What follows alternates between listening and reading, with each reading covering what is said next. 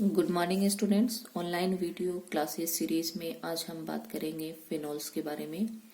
इससे पहले वाले वीडियो में हमने अल्कोहल के बारे में बात की थी, जिसमें अपन ने कहा था कि एलिफैटिक समूह से यदि OH समूह जुड़ा हुआ होता है तो वो अल्कोहल होता है। लेकिन अगर मान लीजिए ये OH ग्रुप सीधा ही एरोमेटिक वलय से जुड़ा हुआ रहेगा तो उसको अपन क्या बोलेंगे? फिनोल।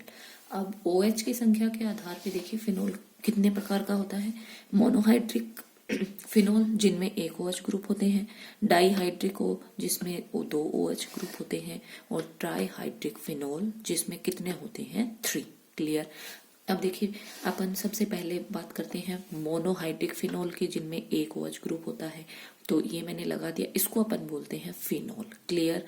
अगर मान लीजिए टोलुइन के ऑर्थो पोजीशन पे OH जुड़ा हुआ है तो यहाँ पे भी देखिए OH एक ही है, इसका नाम होता है ऑर्थोक्रिशोल। अगर ये OH मेटा पे जुड़ा हुआ हो तो इसको बोलेंगे मेटाक्रिशोल, और अगर ये इसके पैरा पोजीशन पे जुड़ेगा तो इसको बोलेंगे पैराक्रिशोल। क्लियर। डाईहाइड्रिक एग्जाम्पल्स में देखिए, अगर मान लीजिए एक ही बेंजीन रिंग पे दो OH जुड़े हुए हैं और ये एक दूसरे के रेस्पेक्ट में ऑर्थो पोजीशन पे हैं तो इसको बोलेंगे कैटिकॉल। अगर ये मेटा एक दूसरे के मेटा रेस्पेक्ट में मेटा पोजीशन पे है तो इसको बोलेंगे रिसोर्सिनॉल, और अगर ये पैरा पोजीशन पे है तो इसको बोलेंगे क्विनॉल। क्लियर। ये किसके एग्जाम्पल हैं? डाईहाइड्रिक अल्कोहल के। अब बात करती हूँ ट्राईहाइड्रिक फिनॉल, सॉरी ये है एग्जाम्पल डाईहाइड्रिक फिनॉल के, अल्कोहल के नहीं, फिनॉल के होते हैं। क्लियर। अब देखिए ट्राईहाइड्रिक फिनॉल जिसमें कितने OH ग्रुप होंगे? 3। अगर ये 1, 2 और 3 पोजीशन पे जुड़े हुए होंगे तो इनको अपन बोलेंगे पायरोगिनॉल, और अगर ये 1, 3 और 5 पोजीशन पे जुड़े हुए हैं तो इसको अपन बोलेंगे फ्लोरोग्लोसिनॉल। तो ये क्लासिफिकेशन है फिनॉल का, आप लोग ध्यान में रखेंगे। फिनॉल में OH से समूह सीधे एरोमेटिक रिंग से जुड़ेगा।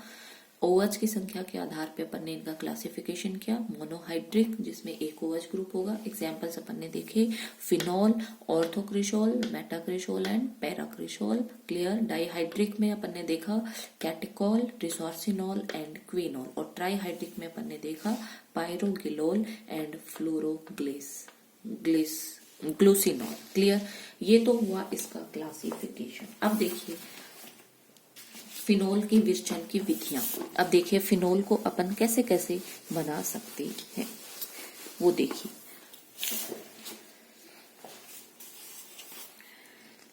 सबसे पहला जो इसका विरचन होता है वो कोलतार ऑयल से होता है, जिसमें कई मोनोहाइड्रिक फिनोल उत्पन्न होते हैं, प्रेजेंट होते हैं, और फिनोल का औद्योगिक उत्पादन कोलतार से किया जाता है, जिसमें मिडिल ऑयल जो होता है, मिडिल ऑयल में मेनली कौन कौन होते हैं? फिनोल, क्रिशोल और जाइलिनॉल।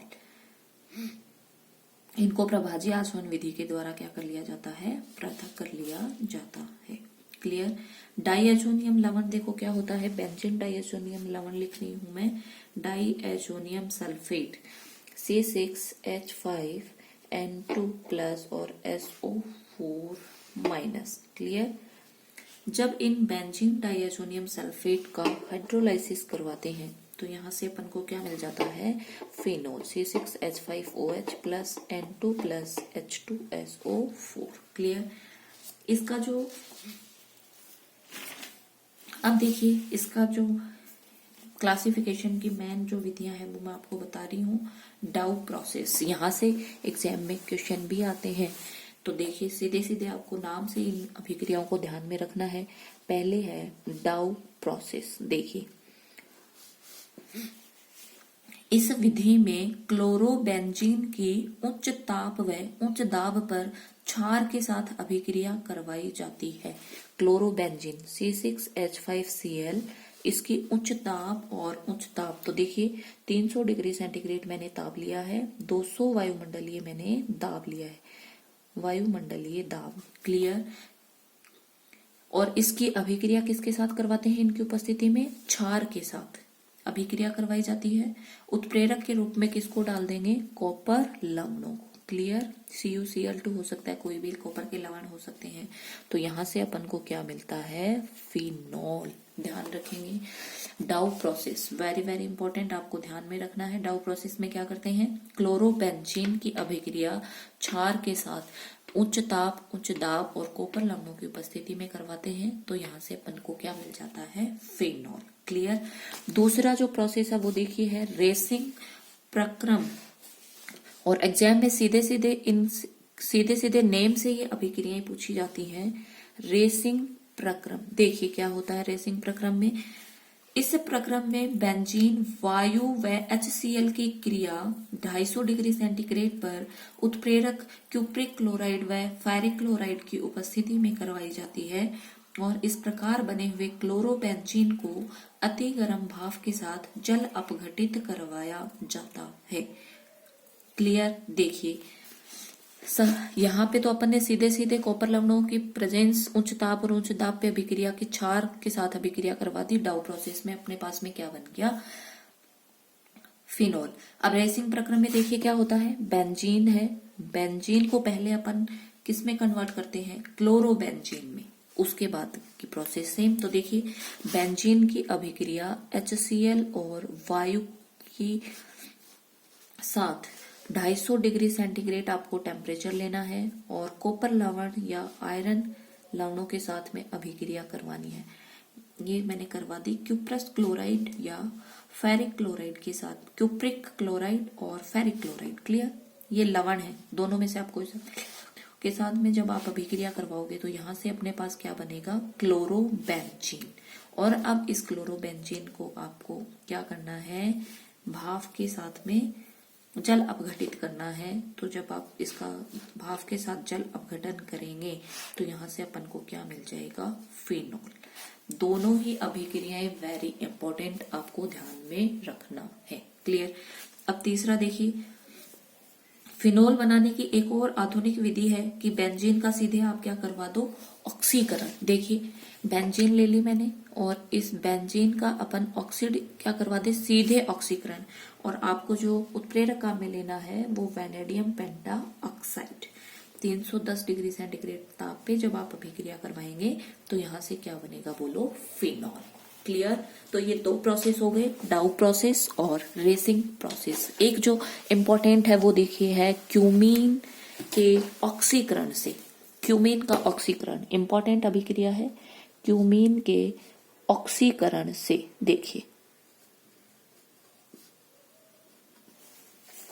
क्यूमीन के ऑक्सीकरण द्वारा, अब देखिए इसमें अपन क्या करते हैं,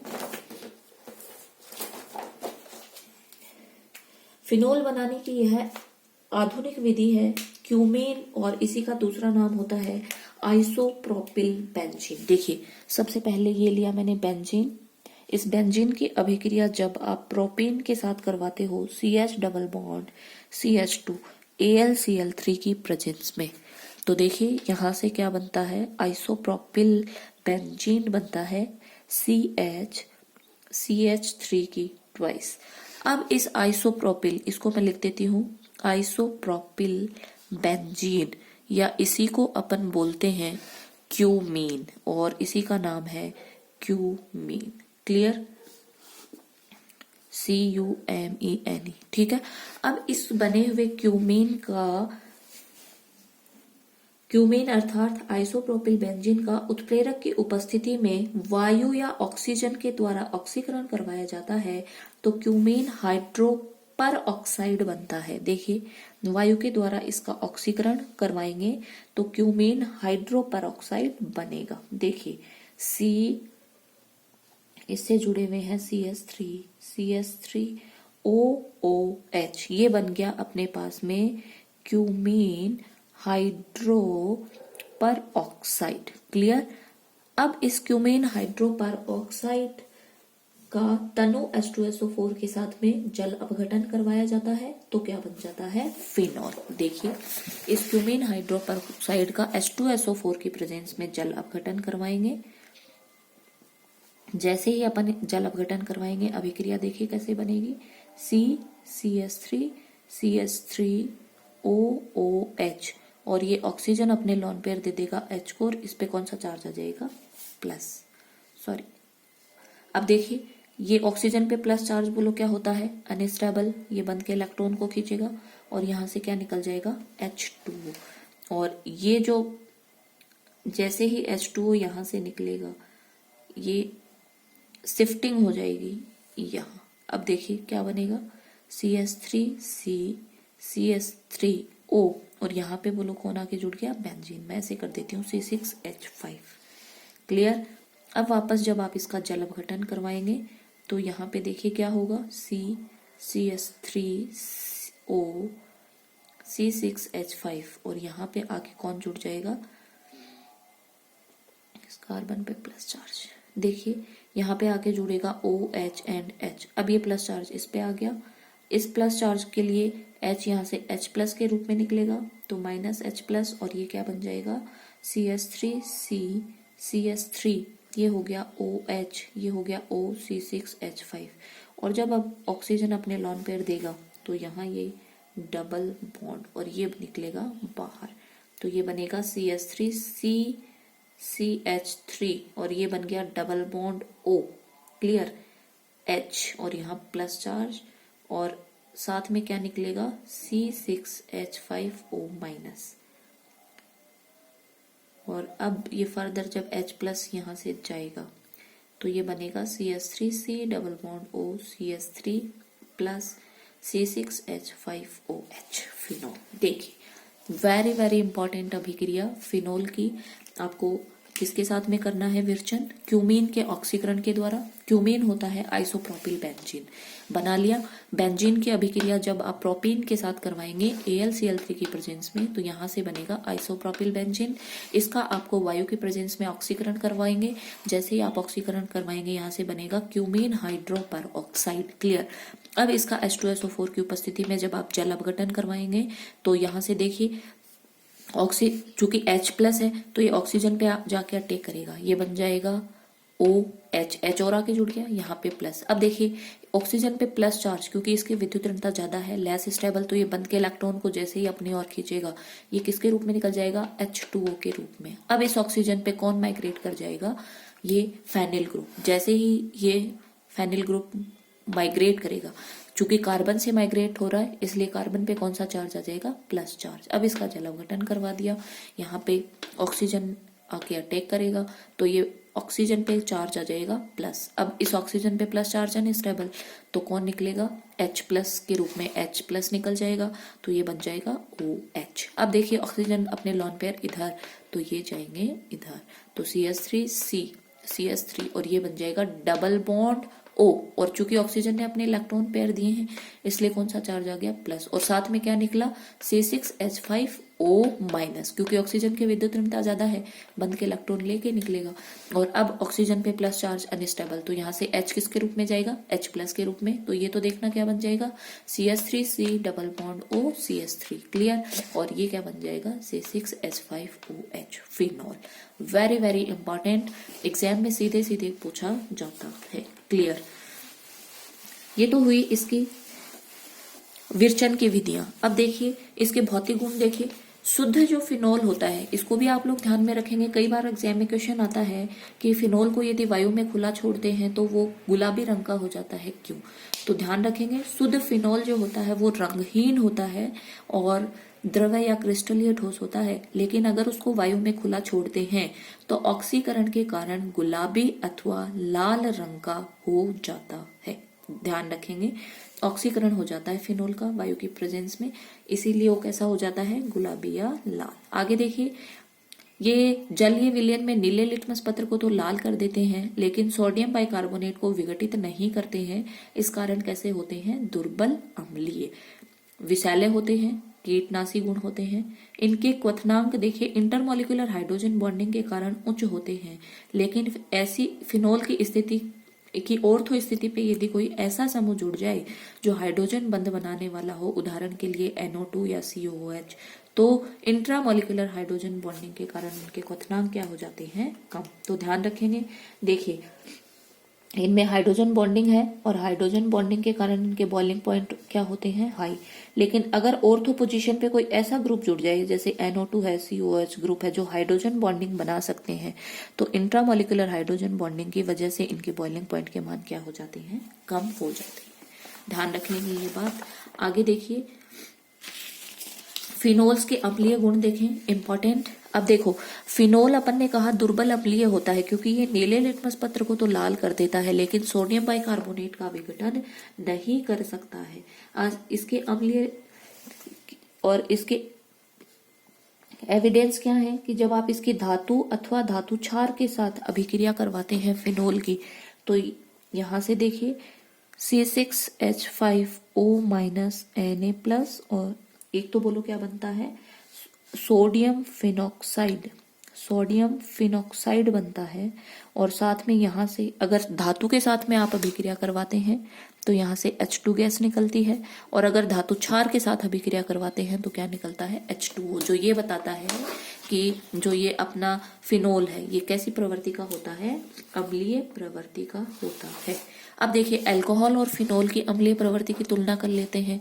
देखिए, मैं अल्कोहल लिख लेती हूँ CH3OH, और ये मैंने लिख लिया फिनोल, ठीक है। तो देखिए,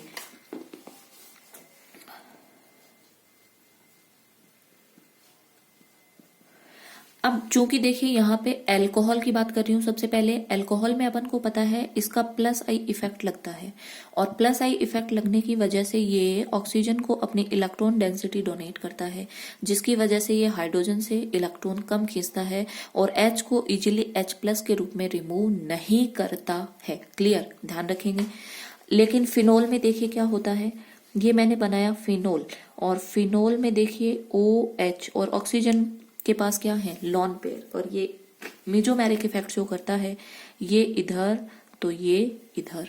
और जैसे ही देखिए ये रिंग में जाएंगे, इसकी जो रेजोनेटिंग स्ट्रक्चर बनेगी वो देखिए कैसी बनती है, ये बन गया डबल बॉन्ड O। ऑक्सीजन पे कौन सा वाला चार्ज आ गया, प्लस, यहाँ कौन सा चार्ज आ गया, माइनस। और अब देखना ये माइनस इधर और इधर, ऐसे ही इनकी देखना रेजोनेटिंग स्ट्रक्चर चलती जाएंगी।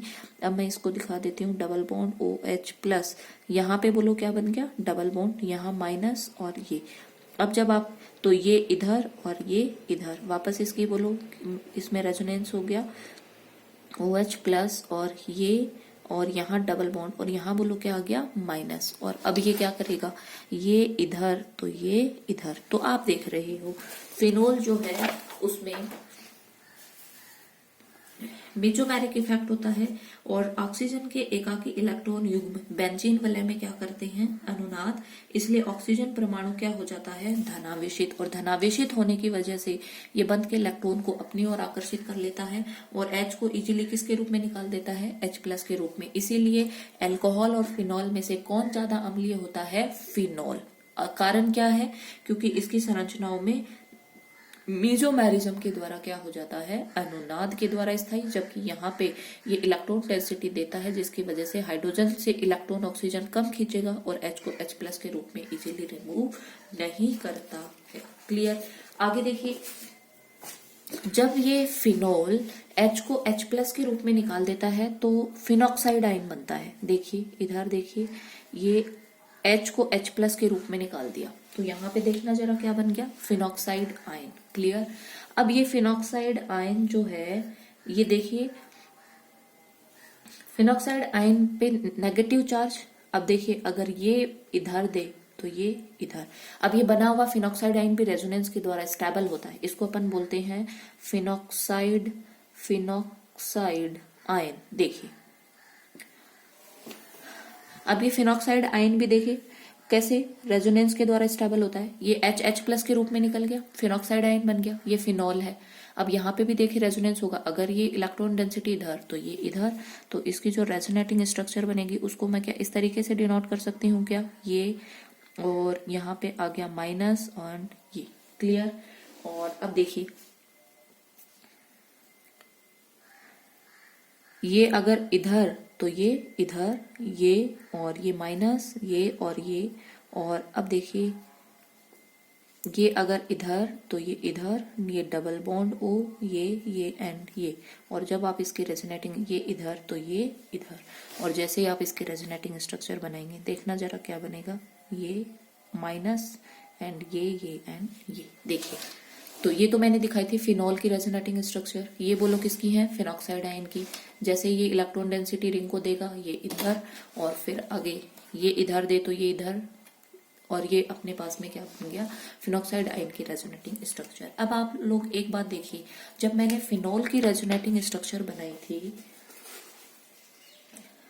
तो यहाँ पे डाइपोलर स्ट्रक्चर बनती है, ऑक्सीजन पे प्लस चार्ज है, रिंग में कौन सा वाला चार्ज डिलोकलाइज हो रहा है, नेगेटिव चार्ज, तो यहाँ पे डाइपोलर संरचनाएं बनती हैं। जबकि फिनॉक्साइड आयन में देखिए आप, फिनॉक्साइड आयन में यहाँ पे भी नेगेटिव है, रिंग में भी कौन सा चार्ज है, नेगेटिव, जिसका अनुनाद में तो फिनॉक्साइड आयन में समस्त जो संरचनाएं होती हैं वो क्या बनती हैं, ऋणावेशित संरचनाएं बनती हैं। अब देखिए जब फिनोल की आप रेजोनेटिंग स्ट्रक्चर लिखते हो तो यहाँ पे डाइपोलर संरचनाएं बनती हैं। इन डाइपोलर संरचनाओं का अनुनाद में योगदान कम होता है, जबकि यहाँ पे एक समान ऋणावेशित संरचनाएं बनती हैं जिनका अनुनाद में योगदान क्या होता है, अधिक। इसीलिए फिनॉक्साइड आयन फिनोल से ज्यादा अम्लीय होता है। ध्यान रखेंगे एसिडिक ऑर्डर, सबसे ज्यादा बोलो कौन होता है, फिनॉक्साइड आयन, और फिनॉक्साइड आयन के बाद बोलो कौन होता है, फिनोल, और फिनोल के बाद में कौन होता है, एल्कोहल।